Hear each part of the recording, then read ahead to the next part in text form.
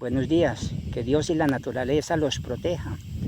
Esto que estamos viendo es una quema que se hizo, se rozó y luego se le metió candela.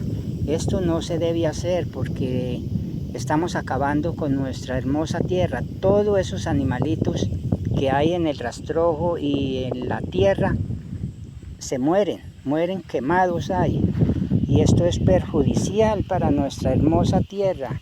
Hagamos pilas y le metemos candela porque es entendible que se necesita limpio para sembrar los cultivos, pero no así de esta forma, porque así vamos acabando con todos los animales que están ahí. Y eso es más, nosotros siempre hablamos de los animales que vemos, pero hay animalitos que la vista física no los alcanza a ver, pero que ahí están ayudando al ecosistema. Que pasen buen día y que Dios los proteja.